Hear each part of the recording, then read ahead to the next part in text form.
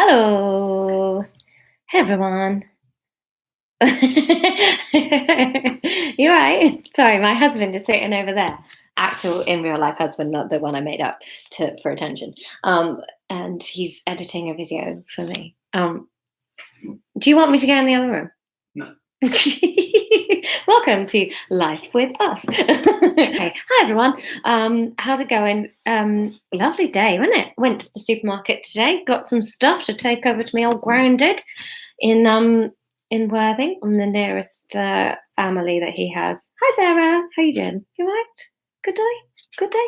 I feel a bit chirpier today. I don't know. I think I thrive better under strict rules, and now they've set rules in place. I'm like, cool, now I know what I'm doing. And also played 2 games of Catan over Skype last night, and it turns out that Settlers of Catan works really well over Skype. So if you need board game ideas that work, recommended.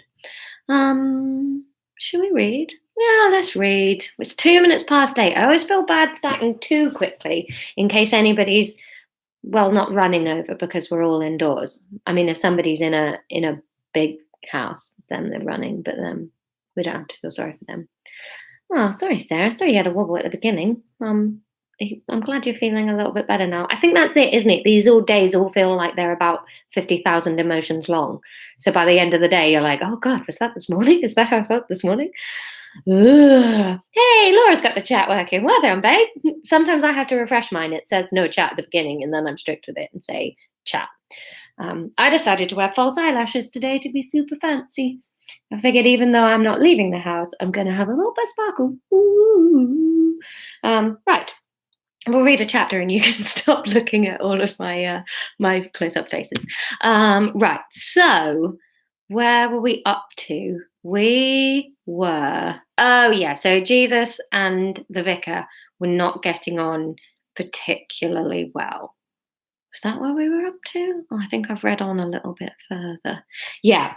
Like a virgin. That was where we ended, wasn't it? So chapter 19. Rumours spread like wildfire around the village. People were spending more time outdoors than they had ever done in their lives, all in the vain hope of catching a glimpse of the elusive Jesus. The vicar had been planning to call a meeting as soon as possible to prepare the villagers for the news of Jesus' arrival, but unfortunately, he'd been held invalid by a sort of diplomacy hangover and had been physically unable to leave his living room for 24 hours. Oh my God, I wonder how that felt. Had you been able to peep through the thick glass of the vicarage windows, you might have just seen him burbling away at the plaster on the walls and slapping his forehead harshly at regular intervals. Mrs. Shue, too, had been slow off the mark to give the game away to her neighbours. She'd popped out for a stroll to do her usual rounds of the houses, up out of the estate which joined onto the end of the lane she shared with Sarah and Hamish, round the main road, up over the big hill past the school, and back down into the deep dip past Nigel and Beryl's shop, and the Sizzle Sisters' fish and chip shop. She had almost completed her loop and made it back onto the home stretch towards her house without breathing a word to anyone when she met Mrs. White coming the other way with a bunch of cow parsley in one hand and Rufus's lead in the other. There are no pavements in a village like Norton Fitzwarren, and what with the lack of cars in recent weeks, the 2 pensioners had plenty of space to pass each other by with a polite nod of the head and a murmur about having places to be. Unfortunately, were you to drop these 2 sparring partners on either side of Russia and ask them to cross it in any way they chose, they would be unable to do so without meeting in the middle somewhere to have a pop at one another. Goodness, look at you out on a walk with Mrs. White, Rufus. Has she tired out your master so much he can't stand? My, clucked Mrs. Shue, scratching the wiry hair under Rufus's chin and speaking to him in a patronising coo. Mrs. White clucked and straightened up, the cow parsley twitching in her hand. Mr. Baxter is perfectly capable of walking his own dog, thank you very much. He's not tired in the least, not that it's any of your business. I just happened to be heading out to pick some flowers for my vase, and so I offered to take Rufus with me. That's very generous of you, said Mrs. Shue, straightening up, much to Rufus's disappointment, especially with those terrible hips of yours that you're always telling me are so bad. They must be much improved for you to be out in this damp. Perhaps we'll see you on Martin Young's bike next. My hips are not improved in the slightest, I'll have you know, Mrs. White clipped. Some of us don't have any choice but to soldier on, though. We aren't all pally-pally with the local surgeon. My, what a martyr you are, Mrs. White. I don't know how you do it. Mrs. Shue leaned heavy with the emphasis on the word how. Humph! Sulked Mrs. White, aware she was losing this one. Thank heavens no one was Thank heavens no one was around to see. Well, if you've quite finished, I have to be off. I have someone waiting for me this afternoon. That stung Mrs. Shue. Loneliness was not something she wore well, and without even Duncan back at home to greet her, she felt it keenly as a winter draft. Oh, I've spelt draft wrong there. Oh, that is not the right version of draft, Laura, you daffy tart. Before she could bite her tongue and pay heed to her better judgment, she let her prize information slip right out onto the lane in front of Mrs. White. Yes, I ought to be off too. No one is waiting for me per se, but perhaps I shall pop round to Sarah and Hamish's house and visit Jesus. It was such a privilege to be the first of the village to meet him yesterday. And with that, she went to bustle off, shifting past Mrs. White, who was stood stock still staring at her. Mrs. Shue had fully passed Mrs. White and was 2 paces down the lane before Mrs. White caught her voice back and called after her. Do you mean Jesus? They found him? Sarah and Hamish are back with Jesus? Mrs. Shue silently mouthed counting to 2 and smiled slyly to herself before turning, ever so coolly, and glancing back at a gobsmacked Mrs. White. Oh, hasn't he visited you yet? Poor dear. I expect he's just working his way round in order of importance. No doubt he'll get to you at some point. With that, she turned away again and demonstrated just how good a health service surgical procedure is by swinging her mint-conditioned hips into a saunter, which Mrs. White watched sashaying into the distance for far longer than she'd have liked to. After that, news spread fast. Mrs. White told Mr. Baxter, who told Arthur, who told Nigel and Martin Young, who told Beryl and Angela Norman, respectively, who between them managed to tell the rest of the village so quickly that before the sun had set, they were retelling Mrs. White because they were so keen on telling people. Never before had the quiet, dead-end road that Sarah and Hamish chose to live on been such a thoroughfare. Pets were walked so many times in the limbo between Jesus' arrival and a meeting being called that they were anxiously hiding their leashes to avoid being dragged out of the house and past Jesus' hiding place again. Those without dogs could be seen walking cats, and Mr. Frinton had called Martin Young a plain old loony upon seeing him taking his lizard out for some fresh air and a change of scenery. I feel like this could be the UK in about 5 days. I've only got tropical fish, but I really think maybe we're just taking them out in a bucket, like, hey guys, we're going out. It's the only way we're allowed out the house legally. Of course, no one had thought to actually knock at the door and ask if it was true or if they could meet Jesus. No, things had to be done in a certain way, the villagers were sure. Despite having no idea what that way was, they trusted that it didn't involve them chivying it along. What does he look like? People asked. Where did they find him? How long is he staying? What is he here to do? Should we be packing?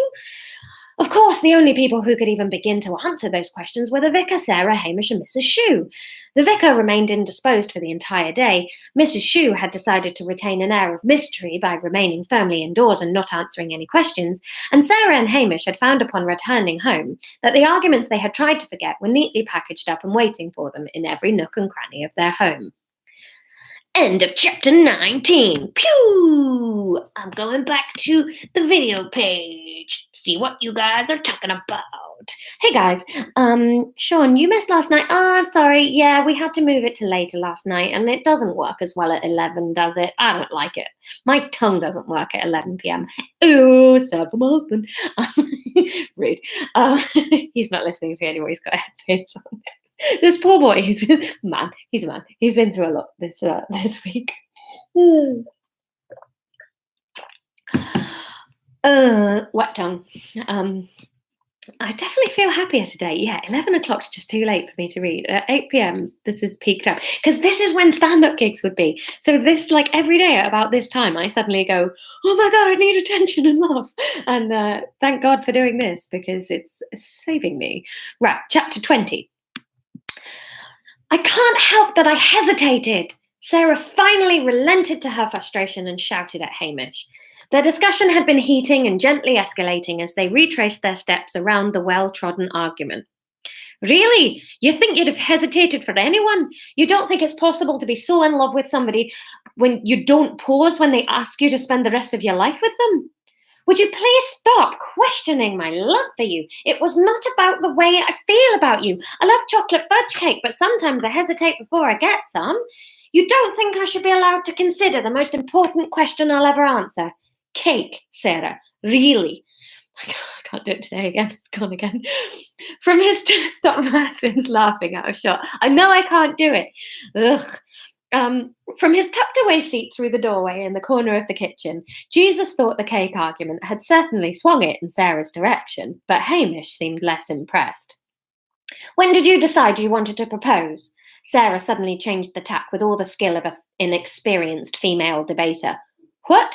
Hamish stalled. When did you decide you wanted to propose? She repeated. Jesus felt nervous. Where was this going? He was finding it much harder to follow the argument and predict its next direction because he was hemmed in by the confines of a human brain.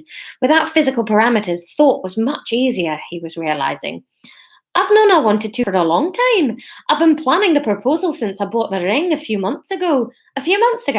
Interesting. So what you're telling me is that you had all that time to get yourself ready, decide how it was going to go, plan how exactly you were going to say it, and you can't even grant me a few seconds to decide how I'm going to respond. What was there to decide? Hamish exploded. How I wanted to say yes, maybe. What words I wanted to use, perhaps. Maybe I just wanted a moment to drink in the fact you were doing what I've been dreaming about since I met you. You can't dictate how I react to things. Hamish fell silent. He was trying to cool the anger in his forehead and breastbone. It was really quite an experience having the biggest argument of your life while the Son of God was sitting in your kitchen busying himself with sandwich spreads for research purposes. Jesus' presence was making Hamish really consider everything that came out of his mouth, which was difficult when his usual tack in an argument was just to launch any and every passing thought that came his way. It dawned on Hamish that actually this was how religion was supposed to work, the moderating influence of having something all-powerful listening and judging everything you did. Kudos religion, he thought, because this is tough. He looked Sarah in the eye and his response came easily.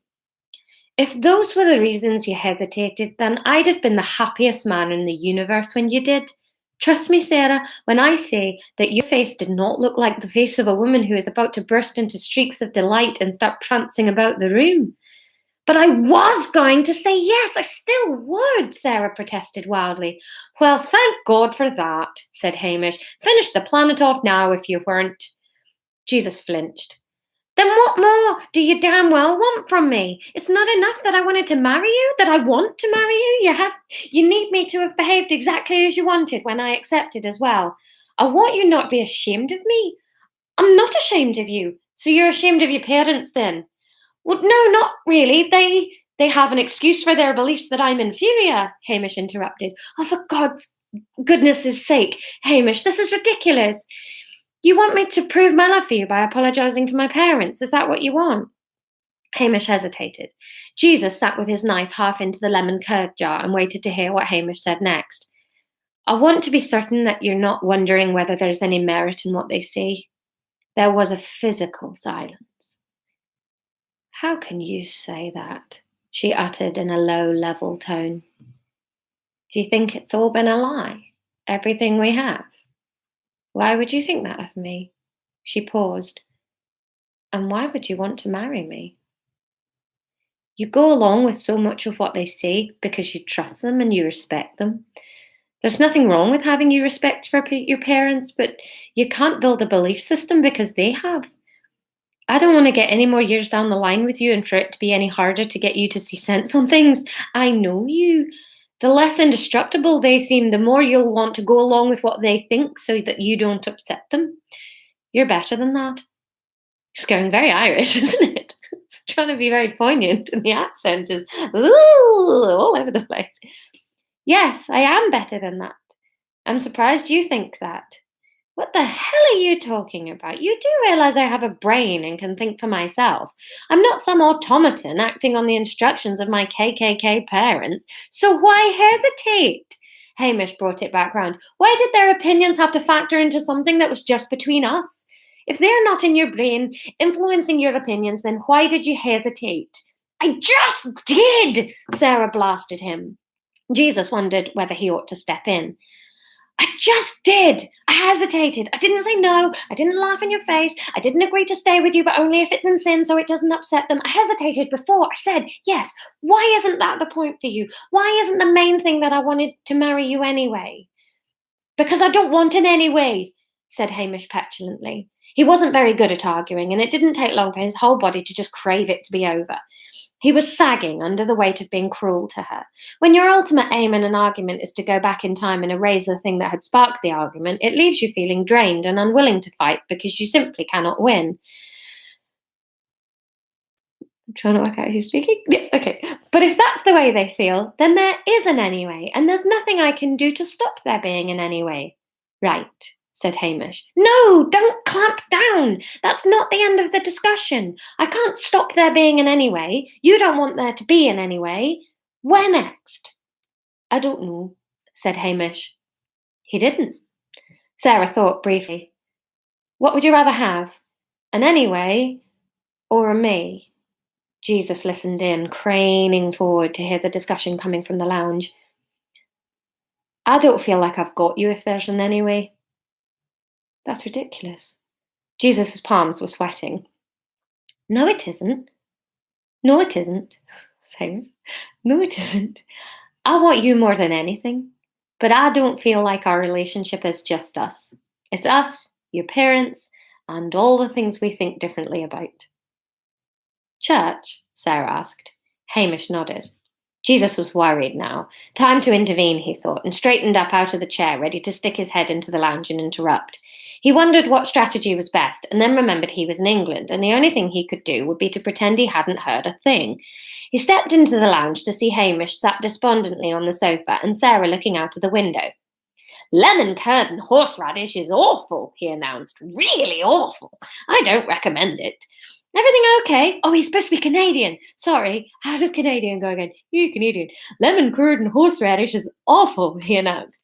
Really awful. Tom, take your head out your hands, you bastard. Really awful. I don't recommend it. Everything okay? Hamish smiled weakly, completely certain that things weren't okay.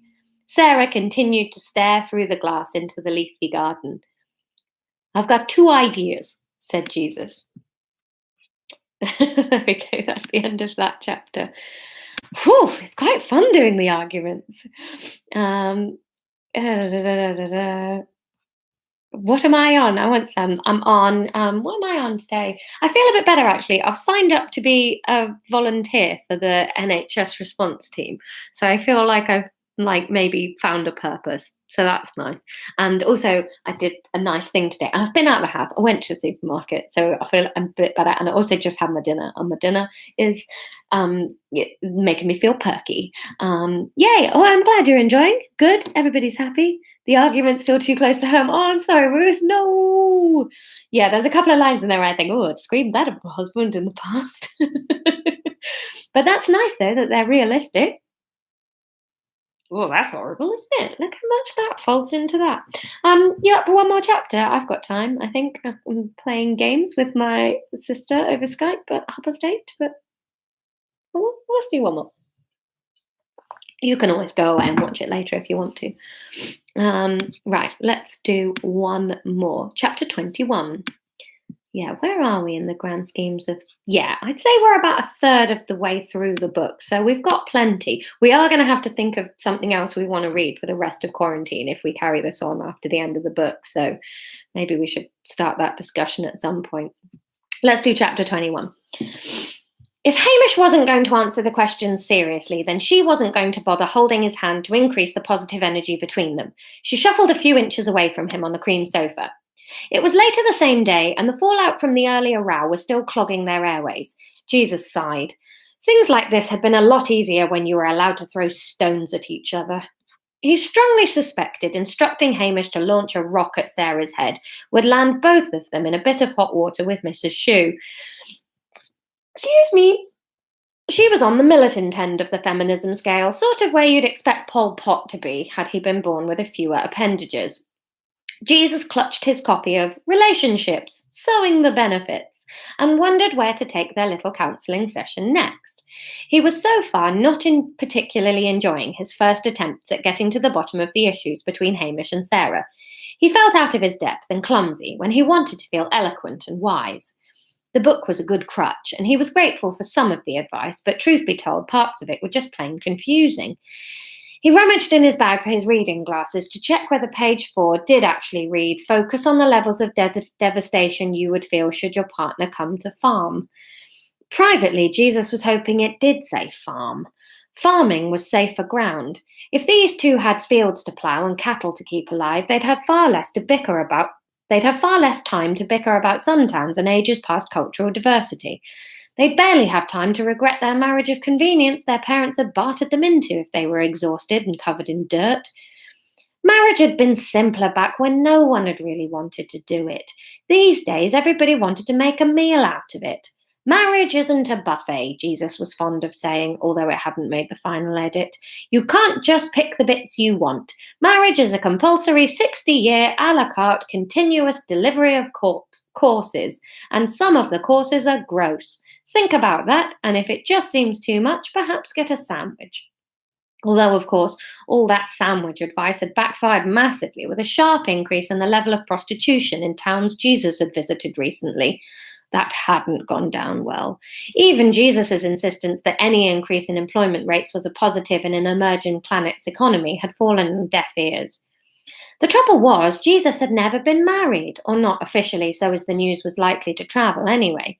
He was on a special mission, no time for fancy distractions. A marriage on the grounds of research purposes was morally repugnant for a man peddling the next best religion since the one with all the sitting down. Besides which, there were very strict limitations on what you could and couldn't claim as a business expense when you were staying away. Sarah spent a few moments analysing the expression on Jesus' face. He looked troubled. Either the glasses were the wrong prescription, or he had just noticed the title of the book he was reading from. It had never occurred to her that even the Holy Trinity would succumb to some bad eBay choices too. Maybe we could break for lunch, she ventured, hoping the manners she'd learnt in case the... Let's just start that bit again, shall we? Maybe we could break for lunch, she ventured, hoping the manners she'd learnt in case she was invited for tea with the Queen were going to be good enough for the Prince of Men. I've got some bread. You can't have bread, said Hamish. Why not? Said Sarah. Jesus looked up from his book. It's got yeast in it. So? You can't have yeast.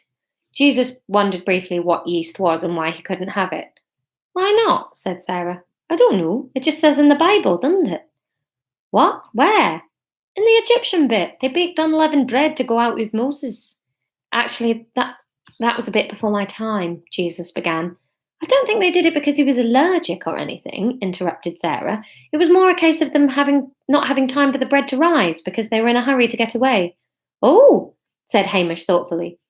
So, does bread only take so long to cook because of the rising, or is it technically edible earlier? I don't know. I'd imagine it would give you a stomachache. Excuse me, said Jesus amicably. Yes, said Sarah. Well, I was just wondering if we were going to be baking bread for lunch. No, I've still got a little bit that's still all right, said Sarah. Well, then we don't need to continue this conversation any further, replied Jesus, and he shut the book and led the way into the kitchen to fix himself a sandwich. He was particularly interested in trying a new invention he'd got wind of involving butter and peanuts, although not necessarily in that order. Sarah smiled as Jesus led the way into the kitchen. He certainly wasn't turning out as she'd imagined, and she found she was pleased about that. Jesus was funnier, more down to earth now that he was, well, down to earth. She and Hamish followed into the kitchen, and she pulled out a chopping board to compile some sandwiches. So, you grew up in Scotland, hey, Hamish? Jesus asked a few minutes later through a mouthful of peanut butter. He immediately gauged the stickiness of the spread and regretted his decision to start a conversation so prematurely. I did, yes. I moved down to England for university. Jesus' tongue was working overtime on the congealed brown goo coating his teeth and palate. He dislodged a particularly belligerent peanut and spoke again. Are you there? I grew up in Dorset, not too far away from here, really. I suppose that's why we settled here. I wouldn't want to be too far away. Why? Asked Jesus mildly. Oh, I just like it here. I like the way of life. I like the people. The scenery's beautiful. I'd miss my family. Is it a big family? No, no, not really. Well, not in my branch anyway. I'm an only child. And are you Hamish? Jesus inquired, hoping the answer was lengthy so that he could begin dismantling the next ball of tar between his teeth. No, no, I have 3 brothers. There are 4 of us boys, my poor mum. I'm the oldest, and then there's Rory, John, and Luke after me. Rory and John still live in Scotland near mum and dad, and Luke moved to Newcastle for university. Hamish misses his family. We don't get up to see them as much as we like. Sarah looked downcast. Hamish tried a quick smile in her direction, but she didn't make eye contact. Jesus manipulated the peanut butter into a swallowable position and forced it down, pushing the plate to one side. That was enough peanut butter for one earthly visit. You seem a bit ashamed of that, Sarah. What the fuck was that? There's so many vowels in these words that are not in the spelling. Do you know what? When we get through this, I'm going to drama school and I'm going to learn accents. Either that or I'm going to write a sketch show called the I Can't Do Accents Sketch Show. Mm.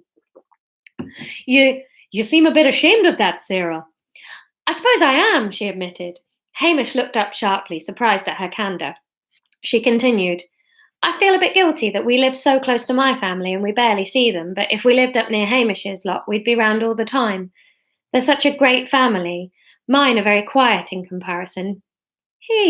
Hamish began, softly, reassuringly, willing her to lift her eyes to his. She flicked them up for less than a second and then busied herself in removing Jesus' half-eaten sandwich and the rest of the plates. Would you like anything else to eat, Jesus? Sarah asked from by the sink, looking worriedly at the sandwich and wondering if it was okay to remind the Son of God that wasting food at a time of such scarcity was not smart.